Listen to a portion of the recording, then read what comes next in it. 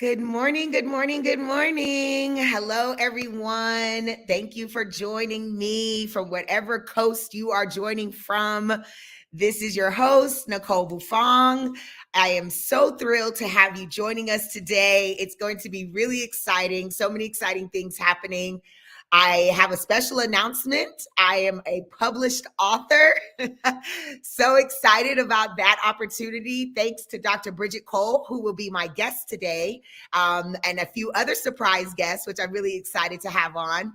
But I wanted to start the show today and really briefly give you an idea. I know in my shows, if you watch Health is Wealth, you know that I talk about my personal journey to cannabis and how I found myself working with minorities for medical marijuana.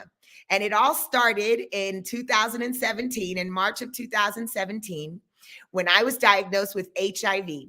I sat in the hospital bed, not sure what my next move was going to be, still in shock from the news of it all. And I knew, though, before I got out of the hospital, that cannabis was going to have a significant part in how I was going to heal and be a part of my journey. Within a couple of weeks after getting out of the hospital, I discovered Minorities for Medical Marijuana. Roz McCarthy became my mentor, my auntie, my big sister. Our first conversation lasted 2 hours, and the rest is history. I launched the chapter for Minorities for Medical Marijuana in Georgia in 2017, advocating, lobbying for them to change their laws. It's how I learned how to become an advocate and do the work that I do now. And then in 2019, I moved over to Nevada, to a state where I had safe access to medicine, because Georgia was not that state at the time. And so 2 years later, in 2021, I started working as the Western Regional Director for the organization, helping to recruit new state directors for California, Texas, Oklahoma, Arizona, Colorado, Washington, Oregon. Lots of fun. I did that for about a year and a half. And now I serve as the National Program Director. And what that is, I manage all of our national programs. We have 10 national programs. Health is Wealth is one of them. We also help people get their records expunged, Project Clean Slate. We help people get their medical marijuana cards in certain states. And so all of this fun activity I get to do as a job. I can't believe it. I still pinch myself sometimes. Like, this is the work that I get to do, and I love it so very much. I love being able to share my story with people who I know it will help. A lot of times people say, well, nobody has to know that, Nicole. Well, there are certain people that do need to know. And it's important that I share the story of how cannabis saved my life.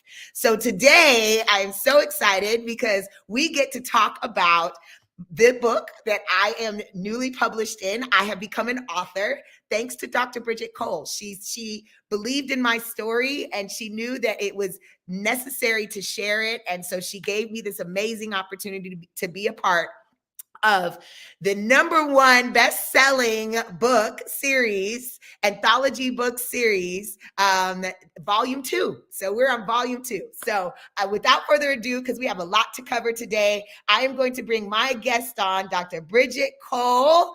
Welcome, Dr. Bridget. Thank you for being here today with us. Absolutely. Nicole, it's so good to connect with you and to be able to talk about this. And you're such a shining light. So I'm excited just to chat with you. Thank you. I appreciate that. I feel the same way about you. You are an amazing, amazing powerhouse in the cannabis space. I want to talk first about you. Please tell us, who is Dr. Bridget? So starting, I'm a girl from Detroit, right? Yes. So I went to medical school. I'm a family doctor by trade. I spent almost 20 years at the Cleveland Clinic, and honestly got kind of disillusioned pretty quickly. You know, I felt like for every patient, there was a diagnosis. For every diagnosis, there was a pill. Mm-hmm. And that didn't seem right to me. My patients were looking for something different. I wanted something different. So I started putting patients on, at the end of the day and during my lunch hour to learn more about them. One patient started talking to me about cannabis. She had breast cancer and diabetes. And honestly, that was very early in my career, and it changed everything. So when it became legal in Ohio, I became a part of doing cards, but doing more. So I opened Green Harvest Health, and now I have drbridgetmd.com, as well as a couple of CBD businesses. And the stories are so compelling, I created Courage in Cannabis. Yes, Courage in Cannabis. And that's how I first met you. I think Roz introduced us at Black CannaCon, Yeah. like maybe 2 years ago now, it feels like. Yes, I do First remember. Black CannaCon, yeah. And you were a guest on my show on Health as Wealth shortly after that. And we talked about the book, but that was when it was still book number 1. Book number 2 had not evolved yet. And so what encourage you besides your personal journey with your work and your patients? What made you say this is something that needs to be told to the world? What really inspired you to say this is going to be a series? This is not just going to be finished with book 1. We are going to continue to tell the stories because it's so important. What was that inspiring moment for you that you knew that this was going to be something more? Well, I felt like the whole medical space was so muddled. You know, there are these companies that have doctors, and basically they do cash for cards in and out. And I was in a space where I wanted to treat patients and do really help sick people. And I saw so many of them. And so their stories were really compelling to me. And no one was talking about it. Everyone was talking, of course, about real, social equity and home grow and policy and, all of the political aspects, but no one was talking about the patient's stories. And I literally had times where I was sitting there and crying with patients because not only were they dealing with difficult medical situations, but they were also, as you're giving that first card, they were dealing with the shame and guilt and just awe that something like this could be legal, or how I had one woman say, I can go back to church because I have this card. I had another big grown truck driving man say, I'm going to take this home and tell my 10-year-old son that I'm a patient, not a pothead. And I realized that there was all of this kind of going on underneath. No one's talking about. I actually started writing the stories so that we could hold on to these. And in the process, I felt like, you know what? These aren't my stories. So COVID happened, and you discover a lot during COVID, right? Yes, right. And, I learned about anthologies and how people could write their own story. And I'm very much about collaboration. And so I became a part of someone else's anthology, learned the process. That woman is now my mentor and has been a part of the series ever since. And I created the first book. I felt like it was really important for people to tell their own story. And that's what Cannabis does. It does. And it's so many stories. You all, the first volume was a #1 best-selling book, and that was released more than 3 years ago. Is that right? It was December of 2021. Oh, okay. So 2 years ago. Yeah. And so now we on the precipice of the new release of volume 2. So excited. Yay. Courage in Cannabis volume 2, where I have been afforded the amazing opportunity to be featured as a Spark author, which is new to this book series. Can you explain a little bit about what the difference is between a chapter author and maybe a Spark author? Absolutely. So in total, we have 39 authors, right?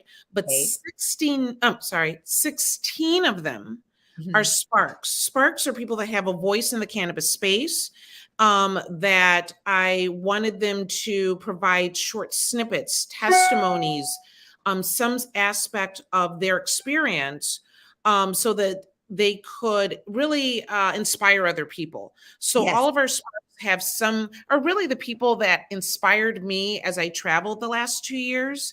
And so you, of course, were one of those people. And then I'm so excited to have you to be a part of it, so that when you pick up this book, you can either read a chapter that might be, a couple pages, or you can read something that might be like a page or page and a half. As we started developing this, I was reminded of something that I loved, during, I think high school or college, and it was the Chicken Soup for the Soul. Oh, yes. I remember that series. Love the series. And, Yeah. I could just pick it up and either I could read a long story or a short story. And I also know a lot of people in the cannabis industry that are moving and going don't have a lot of time all the time. So I wanted something that would be attractive to those people to participate. It was perfect, especially Yes. for me. I have so much on my plate these days, so many tasks, so many hats that I wear. And so this was perfect. It was my first experience in not telling my story, but really writing it down, right? Yes. Because I've told my story so many times, but writing it down gave it a new It perspective. It does. allowed me to really think about what brought me here, what has brought me this far, and then really excited because behind the scenes we are working to perfect our telling our story. And I'm a great storyteller. I have been since I was a kid. I won oration contests when I was in like the 5th grade, so I could talk to anybody. But telling your own story has a whole different perspective. And as a storyteller, I find myself becoming, it's important for me to fine tune those skills. And so behind the scenes, as we get ready for this book release, we've been had classes, thanks to Nurse Heather. Thank you for putting all of that together, because as a speaker, a public speaker since the 5th grade, since I could remember, I thought I had it all. I thought I knew it all about speaking and telling my own story. That's the easiest thing to do. I could talk about myself all day. But when you really want to tell a compelling story, when you really want people to draw them in so that you can actually be on the same brain frequency, right? That's what I remember one of the speakers saying. It puts a whole new meaning to mind wave, and really actually having people being able to tune into what you're saying, and leave them with something. I want people to walk away with, after hearing my story, and really knowing the value of taking a different perspective of this plant. Of plants as medicine in general. I a couple of years ago, after moving here to Nevada, I realized, after doing ayahuasca for the first time, which is a beautiful psychedelic plant medicine, Yes. I realized that I'm just not a cannabis advocate. I'm a plant medicine advocate. Yes. And I changed my title from that to being a plant medicine advocate, because that's truly what I am. There's so many plants that have contributed to my healing. And I understand and recognize how important it is to talk about it, even though it might not be legal, and that's okay. In Georgia, when I was talking about cannabis and using it as medicine at the time, it wasn't legal, but it was important for me to talk about it. It was important for me to come out of the closet and talk to my elected officials, talk to my doctors about what it was that I was doing to help with my healing journey. And if it wasn't for brave soldiers, veterans, coming out of their closet and talking about how cannabis and psychedelics have helped them through their trauma, that we wouldn't have some of the bills that we have right now that have passed and become legal. And so it's important to talk about your journey and your story, because even though it might not be legal right now, hopefully you telling your story will encourage elected officials and change the public perspective of what that can actually do. Absolutely. It's not legality, of course, is ultimate, right?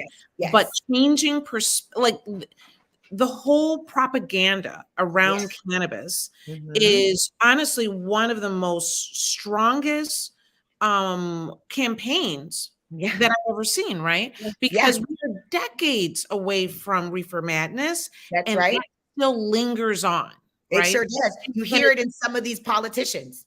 They say things. It's purposeful, right? And so it's not just the legality of it, it is also the stigma, it is the stereotype. And to be honest, we have all been highly manipulated, not just as a public, but the medical community. Some have caused the propaganda and the manipulation, and someone like myself was a product of that manipulation. So this is not only a story to inspire and educate, but it's also a way for us to document history, because history repeats itself. It sure does. Have these stories in there, and not just medical stories, but we have entrepreneurial, we have legacy market, which is incredibly important, right? Yes, it is. We have legal stories, we have all these different perspectives, because history will repeat itself, and at least we have these stories to have it documented. And that's so important. And so thank you for your brilliant mind, knowing how important and valuable these stories would be, getting them published, getting them out to the public. So important. And so you say the power is in the stories. Yes. And that's the tagline, and it's the truth. It really is the truth of how important it is to tell your own story, to go home and talk to your kids about, this is why I use, this is mommy's medicine. This is why she uses it. I stopped using the phrase smoking, and I say medicating. Like when I'm consuming cannabis, I'm medicating. It is my medicine. Before I left the hospital after being diagnosed, I was also diagnosed with chronic kidney disease. And so, and my body was just dealing with a lot of pain as it was trying to heal. And I knew that adding more synthetic drugs to my regimen was going to do more harm to me than heal. More harm than healing. And so I knew before I got out the hospital, I was going to be using RSO for pain. I ditched the Tylenol. I ditched the Motrin. I knew that they wanted to put me on steroids for my kidneys. I said, nope, I'm going to take a more natural approach, which means using my food as medicine, right? That is an ancient as ancient can be. Like your food be thy medicine and medicine be thy food. And so that's when I knew that telling my journey, documenting my journey was going to be important for those that, because I'm not the only person suffering from AIDS. I mean, HIV. I'm not the only person suffering from chronic kidney disease. This is something that is becoming more and more popular. Actually, our kidneys are being wrecked by the food that we consume. And so I knew it was going to be medications and the medications. Absolutely. The long-term side effects of those medications. Yes. And so I knew that it was going to be important that I document and tell my story. And the last 5 years, I've really kind of had my head down doing this work, making sure that I'm bringing education to the platform, to M4MM's platform through Health is Wealth. But also just kind of, I told my story about a year after I got diagnosed, put it on Facebook, it went viral, and then I just left it there. And I haven't really done anything like a follow-up, an official follow-up to that. And so I'm really excited. The next chapter for me is going to be just that, focusing on my story. This book couldn't have come at a better time in my world right now. And I'll have some exciting news to share with everybody in about 2 months about the work that I'm doing with a new company called Cannalytics. We're going to be able to, the future of cannabis is now. I feel like I'm living in the Jetsons. What we're going to be able to do is actually be able to, doctors will be able to prescribe based on the research of genetics that we have found and discovered, land race genetics that have been being compiled over the last about 15, 20 years. We're going to be doctors are going to be able to prescribe to patients based on their ailments, based on their diagnosis, a specific cannabis chemovar that is going to be able to help them with their actual disease, their diagnosis. And so I'm thrilled. I got invited to be a part of this project just this weekend. So it's brand new. I can't dig too much into it except to tell you that there are some exciting times coming for cannabis. And so I'm thrilled that this book, that I got a chance to be a part of this book, Dr. Bridget. You didn't know, I didn't know that this was coming, but the timing of it could not be more perfect. So thank you again. There's not enough thank yous that I could tell you for how much you've the opportunity that you've given me to be a part of this.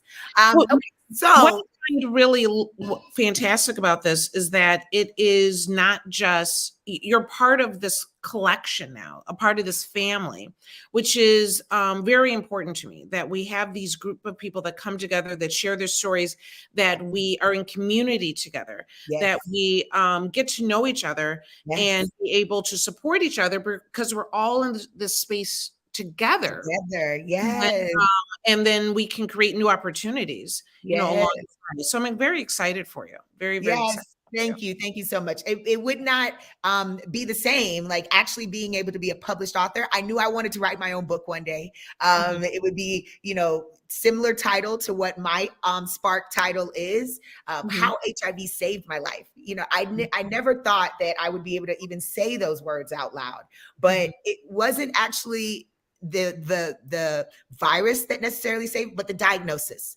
The diagnosis was a wake-up call for me. And it is what catapulted me into this cannabis space and really gave me purpose, really allowed me to connect with people, allowed me to use my voice in a way that I never thought that I would be able to. But I'm using this voice to just tell my story, to live in my own true, authentic self. And it is amazing. I tell people all the time, I am living my best life right now. It's so courageous in itself. And I'm so, like, my heart is just warm because someone else would have gotten that same diagnosis and they go into hiding and they go into fear and on the shame that kills them alone. Yes. The fact that you not only said, no, I'm going to make my, lemon into lemonades, that and to be courageous enough to go to your medical, and I want to make this clear, going to your medical providers and saying, no, I'm going to do it this way. That is brave. That is courageous, because that is really, really difficult to do. And a lot of the work that I do is supporting people in that journey. And it's terrifying for people. Of course. So if you are listening, hear that you can be a part of your medical regimen. You can have input. You can make suggestions. You can do what you know is right for you. And hopefully you have medical providers that will support you. So that alone is so important. Thank you for that. Thank you for that, Dr. Bridget. And I'll tell you, it has not been easy. I have had medical providers that have dropped me after a few months because they get paid when I fill that prescription. And so when I refuse to even take the prescription, no, I don't want your iron pills. No, I don't want your steroids. I'm good. They try to debate me. They're arguing with me. Well, this is what works. And, I remember early on, I asked my medical provider back in Atlanta, and I said, well, have you ever had patients that have come off the medicine? And she was like, no, I don't know anybody that has come off the medicine and been successful and is still living and thriving. And I'm like, okay. And then I thought to myself, well, if I came off the medicine, why would I need to come back and still see you? Like, I don't need the prescription anymore. So in my mind, I'm thinking, well, really, if she had patients that it did work for, they're not coming back to see her. Because that's an interesting thought right there. And I don't mean to interrupt you, but because I hear what you're saying, which I think I want to clarify, but I get what you're saying, because the doctor doesn't get paid for the prescription. Because if I got paid for prescriptions, I would be a gazillionaire. But I hear what you're saying, that if you don't have to come back any longer, they get, well, they're salaried, but they don't get paid for the insurance company. Right. Yes. So, and that is what's interesting about cannabis, because in the space that I'm in, when I see patients, one of our focus is empowerment and education. Right. And so what I do with my patients, even with their follow-ups, and all of our follow-ups are free with my practice, because I don't want anything to stand in the way of you coming back. But I educate you along the way, meeting people where they're at, so they eventually don't have to come back. And that is kind of counterintuitive to what we do in the medical space, right? Here in Western medicine. Right. Just enough. And just enough fear that you always end up coming back. We're able to do something different in the cannabis space. At least I hope so. So that I give you enough information, education, because in essence, it's safe, but there are like things that you need to know, and things change, and what have you. And so that, but in essence, so that you don't have to come back. But that's empowerment, and people should be empowered with their own health and their wellness and their body. Absolutely. And that's my whole mantra. That is everything that I put out there. I educate so that I can empower you to make those decisions about your own health, to make those decisions about, being an entrepreneur. If you if you choose to come into this industry and start your own business, I mean, that is the network and wealth of knowledge that I've built over the years. And so I want to be able to offer that to my community in the best way, the most authentic way that I can. And I do that through telling my story and telling my journey and making sure people understand what it took for me to get here. And I find myself, when I go to my doctor's visits, I'm educating my doctors about cannabis, how I'm using it as medicine, because they don't know. They didn't learn in medical school, as you know, about the endocannabinoid system. And so a lot of them, after seeing me as a patient, are coming, we get to have conversations. If they're an interested, medical practitioner, if they want to support me in my decisions on how I want to take on my health. And I have found a great doctor here in Las Vegas that has helped me through that process. He's so supportive. And he really understands that what I'm trying to do and the work that I'm trying to do to help so many other people. And so he's, I go back about every 3 months to get my blood work done. And so that is why I need to go back to the doctor for sure. And having a doctor that says, not trying to push steroids on me or not trying to push some other synthetic drugs on me is always like encouraging me and telling me, you got this, you got this. And so we keep up with my numbers together, and that's helpful as well, because that's empowering. Yes, exactly. And with HIV, it's really important that I know where my levels are. And that helps me to keep track of how my body is doing. I mean, I know how I'm doing because I know how I feel, because I'm very in tune to that, but definitely making sure that my numbers and levels are where they should be. And I do that through getting the blood work done. I don't have a lab here at home. So that is definitely one of the main reasons I keep going back. But it's so important that I have a doctor that encourages me and supports me in these decisions and make sure that we're staying on the track that I need to stay on. So that's important. It's hard to find. Believe me, I've gone through a lot of different doctors. And it just so happened that the first doctor that I got when I moved to Las Vegas was the right one. And so I'm very grateful for that. It takes a lot of prayer and meditation and manifesting to kind of make sure that those right people are in my world. And so, okay, let's get back to it, because the book is coming out. Yes. Pick this up. It was on my doorstep when I got home from Cleveland the other day.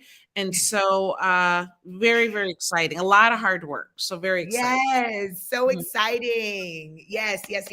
So can't wait to get my hands on a paperback copy. Yes. But this week, if you're paying attention, if you're listening now, if you're not listening live, but you follow this video, I'm going to be giving away a few ebooks of Courage in Cannabis. And so if you will, make sure to follow M for MM on all of our platforms. And I'll be posting this also on M4MM's timeline, so you'll know. Follow us on Facebook, on IG, on LinkedIn, and on YouTube. And then join us as a member. It's free. We have a free membership. Join M4MM, and then you will have an opportunity to sign up for a free ebook. That release will be when, Dr. Bridget? So we're starting with a series of events. Our big launch day is actually July 31st. Yes. Okay. But we have a series of things you're involved in. So July 31st is actually Monday. Oh, Monday. Okay. Yes. But we have a series of things that you're involved in. And so starting on Saturday, the 29th. Next Saturday. Yes, we created a speakers bureau. And so, because not only do I want our authors to be able to write their stories, which is such an incredible process in itself, as you were sharing, but I also want them to be able to share their story authentically and feel great about it and be able to really be compelling to people so that they can share and make a difference in other people's lives. So we created the Speakers Bureau, as you mentioned, with Nurse Heather Manis from the Cannabis Nurses Network. And so she's been teaching our amazing authors how to be authentic in the process. So we're having a speaker showcase January 29th on Hopin. It's online. What's that? July 20, not January. July. Next Saturday. And so you can go to, we have a link tree with Courage in Can with 2 in books, where you can register and come and listen to these great authors share their story. If the people that attend that will actually get an opportunity to purchase the ebook that day. And then after that, on Sunday, for the authors and their friends, we're doing a virtual party as well as a in-person party if you're in Ohio, where we celebrate and we have swag bags and we have all the authors share and talk and party and have a great time virtually as well as in person. It'll be a great opportunity. So there will be you can go to any of our social media, Courage and Can Books on Facebook, Instagram, what have you, and you'll see us. If you're in Ohio, come to the Columbus Botanical Depot in Clintonville, which is in the Columbus area, and party with us. We have the Blossom Bar there, and we'll have a great opportunity for you to meet and see the authors. The 31st is our big day. On Monday, you will be bombarded. Don't get tired of us. Just buy the book. You will have an opportunity to get our book for $2.99. And this is our big bestseller campaign. This is how we get to number one. So not only buy the book, you'll see links everywhere on how to do it. You'll see it on our link tree as well.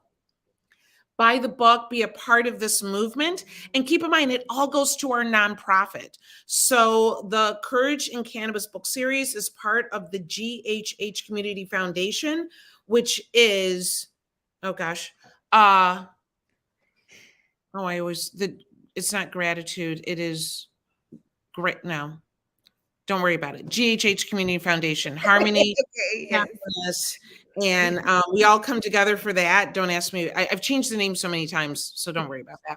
And then the whole day, you will have all over social media, our authors and other podcasters that we love will be doing all sorts of shows, talking to our authors. So that is our big day. August 1st, the paperback will be available. Yes. So, go to our link tree, Courage and Can Books, and you'll see everything, and you can be a part of the movement. Okay, so before we get to the 29th, which is next Saturday, Saturday, folks, and that's from 2 to 4 p.m. Eastern Standard Time, which is 11 to 1 Pacific Time.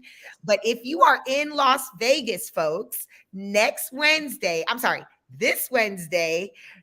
Dr. Bridget will be my guest, and we'll be talking about the book as well on our local radio station, media partners here in Las Vegas, KCEP, which is called Power 88, 88.1 on the FM dial. If you're listening in or you want to tune in, you can also catch it on their app, on the TuneIn Radio app. You can listen live as well. But I'll have Dr. Bridget on every Wednesday. I do a segment called Wellness Wednesdays on their morning show at 7 a.m. Pacific time.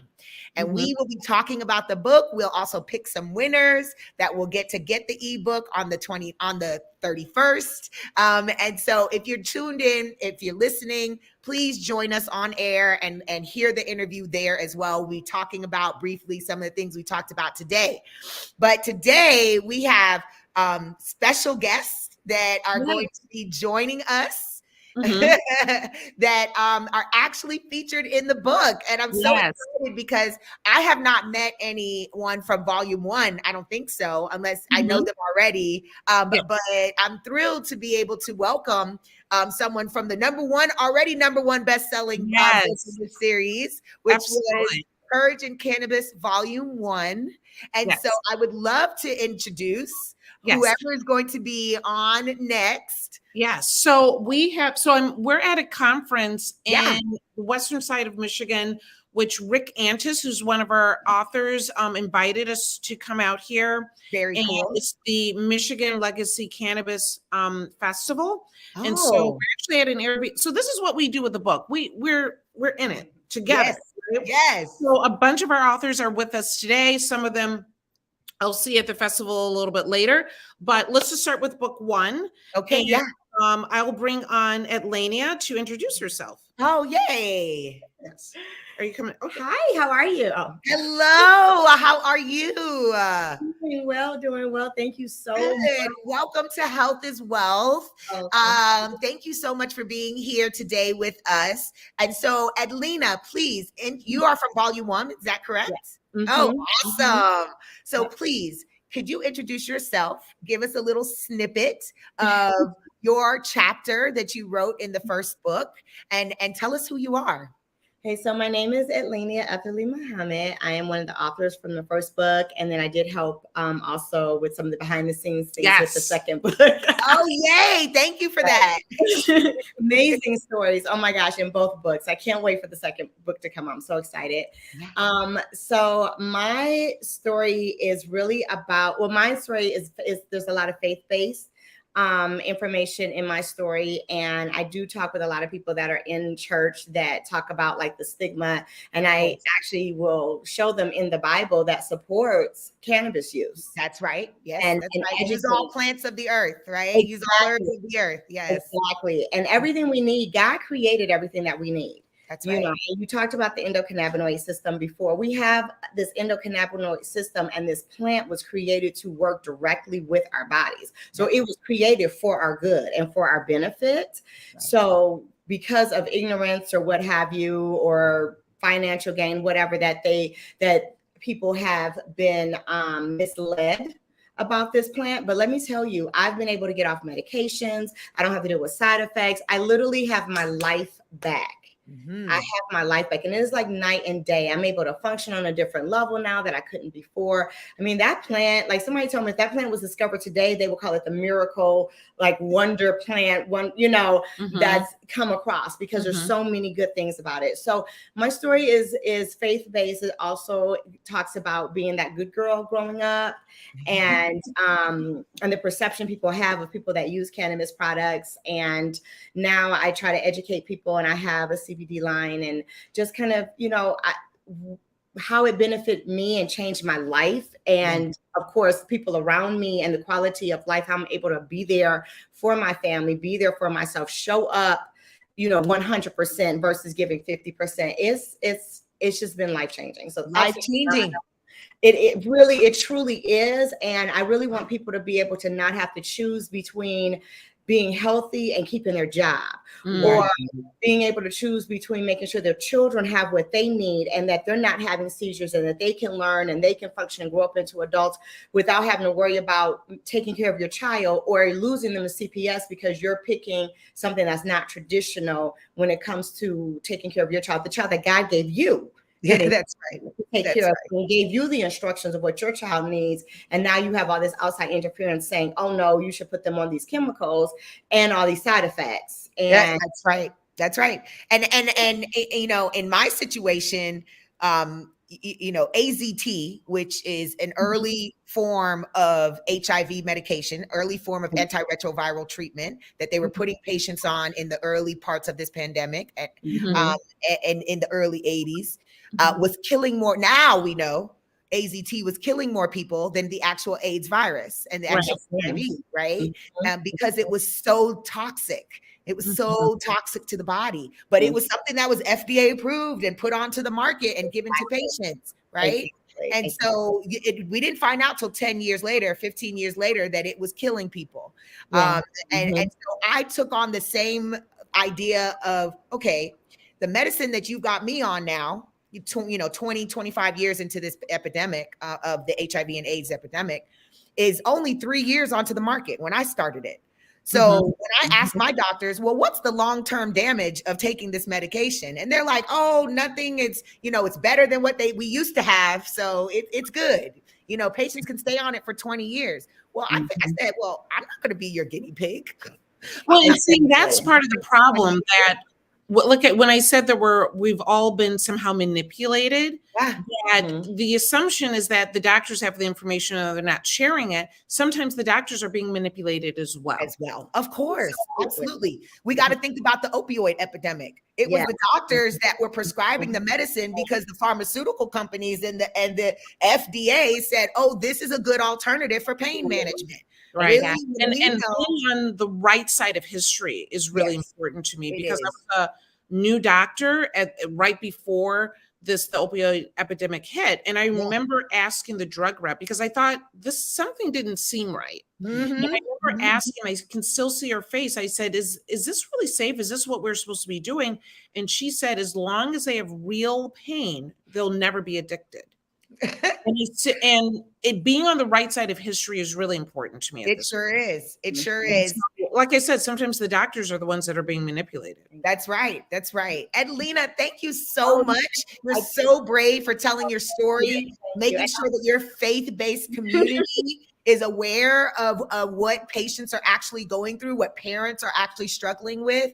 A lot of times I got invited to speak at a church, especially when I was living in Atlanta in the South, because I was so open about my own journey. I'm telling you, me talking about being HIV positive opened so many doors for me. It opened more doors than it closed. I can tell you that. And I was going to say, I love your story. Thank you so much, because it really touches me, because I lost my brother to AIDS. And so, and I saw what he struggled and what he went through, taking the medications and how his HIV, progressed into AIDS and what he had to deal with. So your story is so touching. And I wish he was around now to be able to have access to this education. So, bravo with what you're doing, and it's just absolutely awesome. So thank you so much, and same to you. Thanks for your help with book 2. I'm excited about reading your chapter. I'm going to get book 1. I have not done that yet, but I'm going to and make sure that I read all of them, because being a part of this journey has been so amazing for me. So thank you again, Edlina. It's lovely to meet you. Nice meeting you too. So we have Broderick with us today, who was also in book 1. Okay. Hi, Broderick. Hello. You too cool. You gonna wear your sunglasses? No. How are you?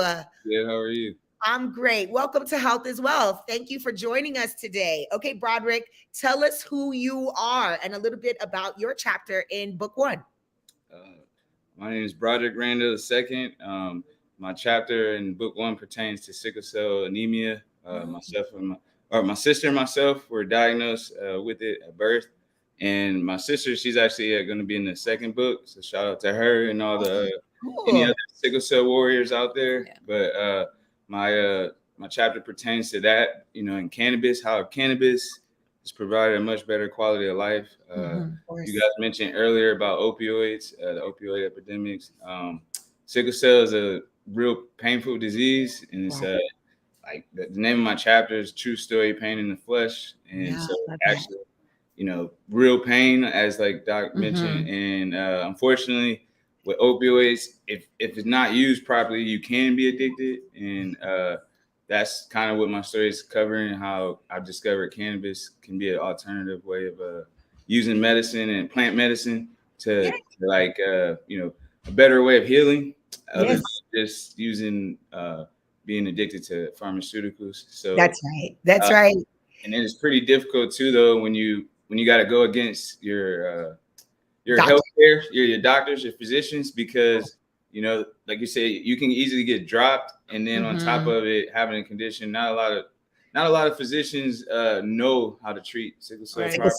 Right. So I've been in ERs where they like transferred me, or hospitals where they like moved me because they didn't know how to treat sickle cell. Absolutely. So sickle cell warrior, we're so proud of you. I can't wait to tell Roz, and I'll have to have you on in September, Broderick. So the founder of Minorities for Medical Marijuana, Roz McCarthy, is a sickle cell mom. Yep. And so part of the reason that she started M for MM was because of her sickle cell son. And she knew at the time in 2016, living in Florida, that Florida was talking about legalizing medical cannabis. And so she decided to jump on that. She was actually working at a pharmaceutical company in sales.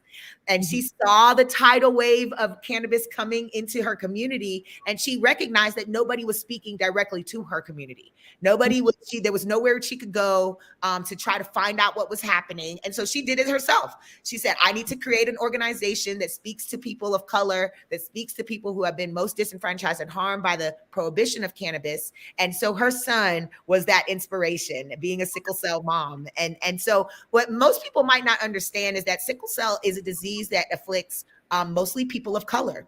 It is a common disease in people that are the more melanated, the more likely you are to have the sickle cell trait. And a lot of times, from what I've heard from sickle cell patients, and you can tell me if this is true, Broderick, they try to push opioids on you. And then when you come in and say you have pain that the opioids is not working for, then they're trying to say that, oh, you're trying to get opioids, right? Like they like label as a pain seeker, or Yes. or on top of that, I've known people that try to seek other ways or other forms, and then they threaten to take them off of their normal like pain meds. I mean, it should work with them to like wean them off and allow them to use other stuff, but they don't. It's like more of a like seesaw effect. This is a real option. It is for sickle cell patients, and the hematologists need to be more aware, and the ER doctors and departments need to have a better understanding of sickle cell. You know, it's unfortunate because these are young people. You know, they're coming in. You're diagnosed with this at birth. Yes, that's right. It is, you know, a lifetime affliction that there's no reason why our medical community is so far behind with this. That's right. It's not like it's a new disease. It's been around for long enough that we should have enough research and understanding about it. I was trying to figure out how I even met Broderick, and then it kind of hit me with this conversation that we were on some webinar, and he comes on and he picks up this thing that looks like a softball. And it was all of the medical bracelets from his life of being in the hospital. And my heart dropped. And I think I reached out to you after that because, you know, you have to understand how overwhelming the diagnosis is. And he brings that to the book. So we're not my sister and I aren't the only one. There's a lot of people that deal with it out there. So it's just trying to help shine a light because more people more awareness does need to be provided, and more education and research too. Absolutely. And thank you for telling your truth, Broderick. Thank you for being on our platform today and sharing with us your own personal journey. It's so important. So thank you so much, Broderick. I can't wait to read your chapter and learn more about you and your sister as well. So congratulations on being a #1 best-selling author from Volume 1. Congratulations, sir. And same to Edlina. I didn't tell her, but same to her as well. So thank you again, Broderick, for joining us today. Thank you. You gotta get book 2 there as well. Yeah. Thank you. Absolutely. Okay. We have one more person. Yeah. Who is Michelle Neri. Yes. Goes by Mother Cannabis, and she is Michelle. Hi. Book 2 here. Yay! She's in Volume 2 with me. Yay! All right, Michelle. Thank you for being here today. Can you tell us who Michelle Neri is and a little bit about your story in Volume 2? I am a happy stoner.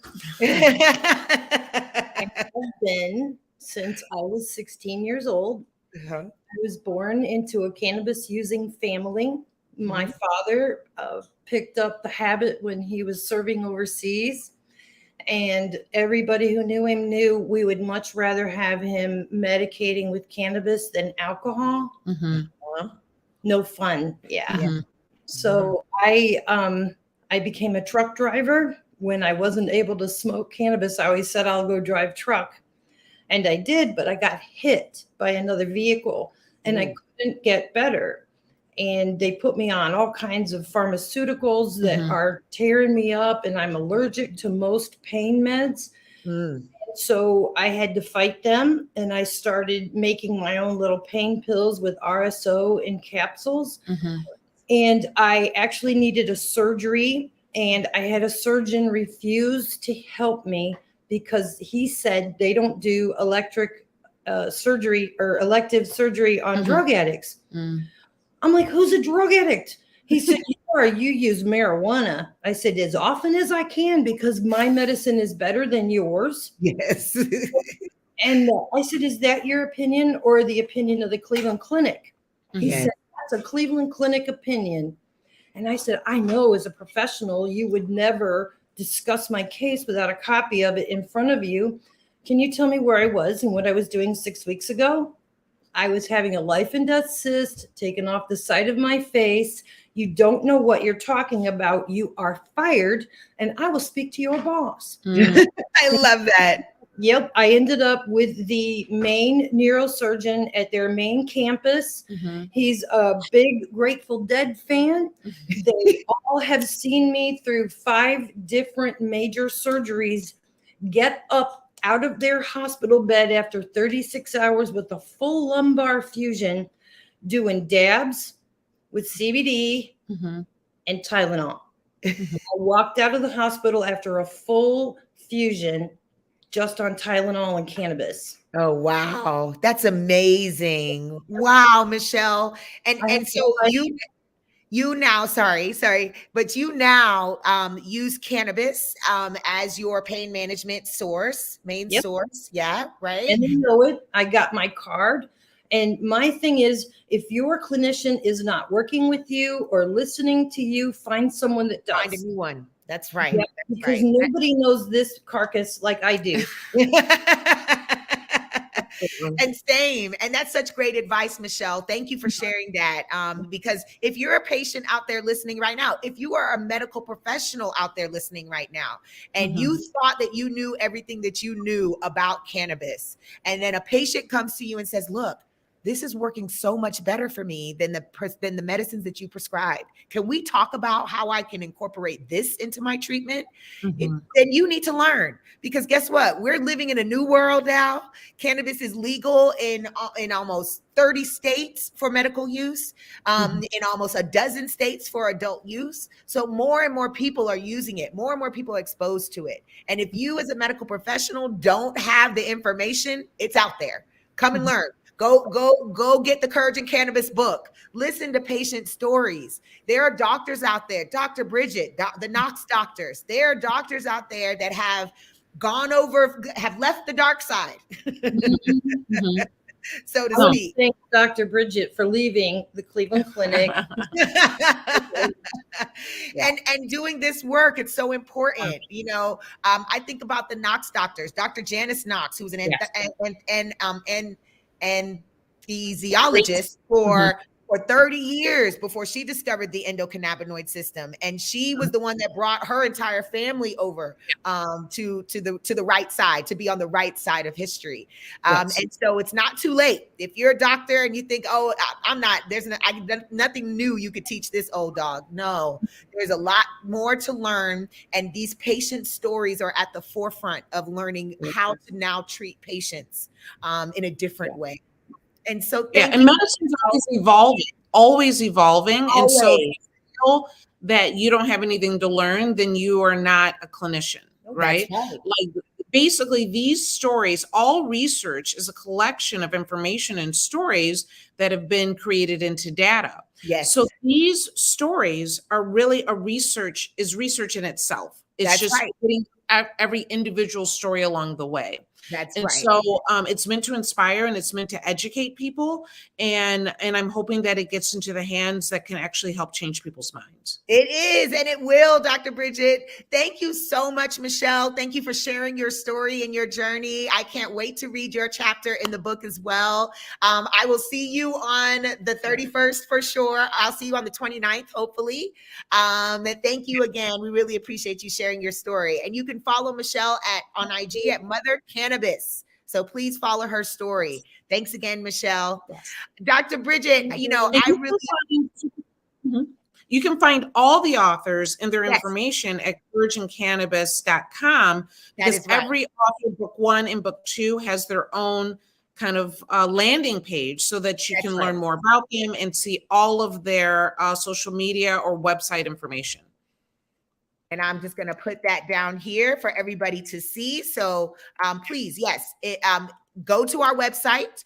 Go to the website. That'll have all the information on it. You click on authors and it'll take you directly to that author page, and it'll have all of their information for you to be able to follow them and keep up with what they're doing, because everybody in this book is a mover and a shaker. Everybody in this book has some type of influence on the cannabis industry in their own little way. And I'm honored and blessed to be a part of that motley crew. I am so excited and thrilled to have the opportunity. And really, it's because of you, Dr. Bridget. I appreciate you so much for believing in my story and knowing how important and valuable it was to share. And so thank you. I would not be here if it was not for you. Okay, so before we go today, I want you to share with us what you want people to know. Of course, we've got the interview coming on local radio here on the 26th, this Wednesday coming up, but the 29th, next Saturday, folks, join us from 11 to 1 Pacific time, 2 to 4 Eastern Standard Time. And how will they go to the website as well to be able to register to watch that program? Absolutely. But if you go on social media, if you go to our Instagram or our Facebook page, go to our link tree. Go to Linktree, Courage and Can Books. You'll see all of our registration links. You'll see every date and everything that we're doing, and we're adding it as we confirm it. So you'll be able to register for our Speakers Bureau showcase that day, which is really important. And then, every day, the 30th with our pre-lunch party, it has the link to join us on Facebook Live as well as other locations. And the 31st, you will not be able to hide from us because we will be platform every opportunity. It's really important to not only have you learn about this book, but to support it, because the more that we're able to do, the more that we're able to get it out there to other people. And so I'm excited about the people that will win an e-book from this program. But then share it with somebody else. Go and get that link when it comes out so that other people can be a part of this journey.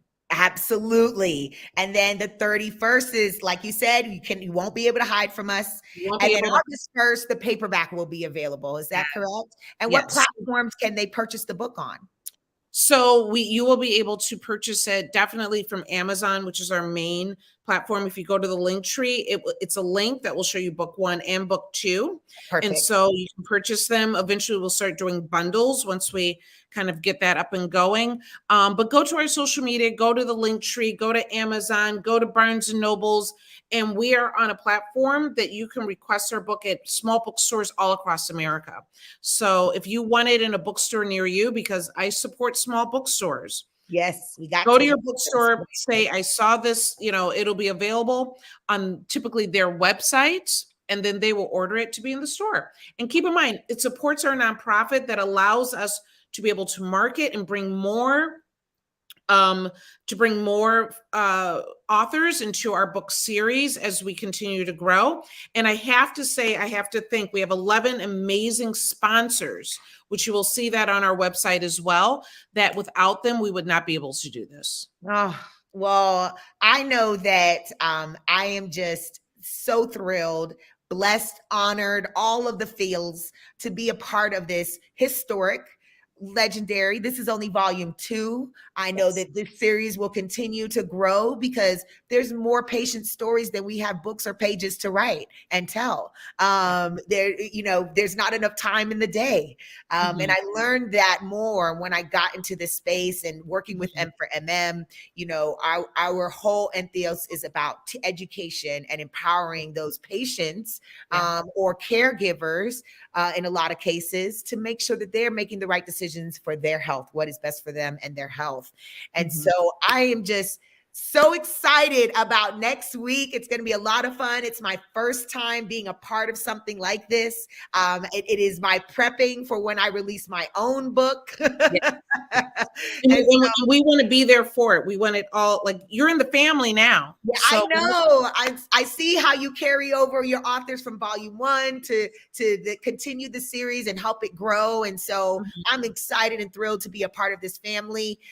Thank you. And shout out to all the authors and all of the sparks that are going to be a part of volume 2. We're really excited to bring these stories to you all. So again, make sure that you're following Courage in Cannabis. You can go to the website. It is the #1 best-selling anthology book series, and we're going to keep that title going. So make sure you're following the book series on all of the platforms. Dr. Bridget, I can't thank you enough. There are not enough words. And so you're just an amazing human being. And I'm so grateful that you are on the right side of history. I'm so grateful that you decided to be that beacon of light and hope for so many patients that are looking for the right doctor, that are looking for the right person to help them navigate this world as a patient. And so thank you so much for the work that you've done, that you will continue to do, and the lives that you will continue to change. I hope to be a part of that and helping you to change people's lives and to tell the stories as well. I really feel like it is so important. I know how important it is. So thanks again, Dr. Bridget. Thank you for joining me here on this platform. Are there any last words you have before we go? Just to connect with this book, share it with others. We even have an educational aspect. We have op-eds and more information just so people can understand cannabis better. And so with every book, we're trying to really address what people are looking for. Follow us, CourageandCannabis.com, or our Linktree. You'll get everything at Linktree, Courage and Can Books. And we'll be a part of this coming week. It'll be really exciting. Really, really fun. Yes. Thank you all so much again for joining us this Saturday. Thank you to Dr. Bridget Cole. We love you so much. Appreciate all the work that you're doing to make sure that we can tell the stories, because there's power in the stories. Power in the stories. Thanks again, Dr. Bridget. Hey, y'all. Thanks again for such a great episode. It was so exciting. We really appreciate you joining us this Saturday. Again, we will see you next month with a whole new topic to discuss and new challenges and new information to tell everybody. Share, like, comment. If you're on YouTube, if you're on Facebook, please make sure on Insta, everywhere, share the information.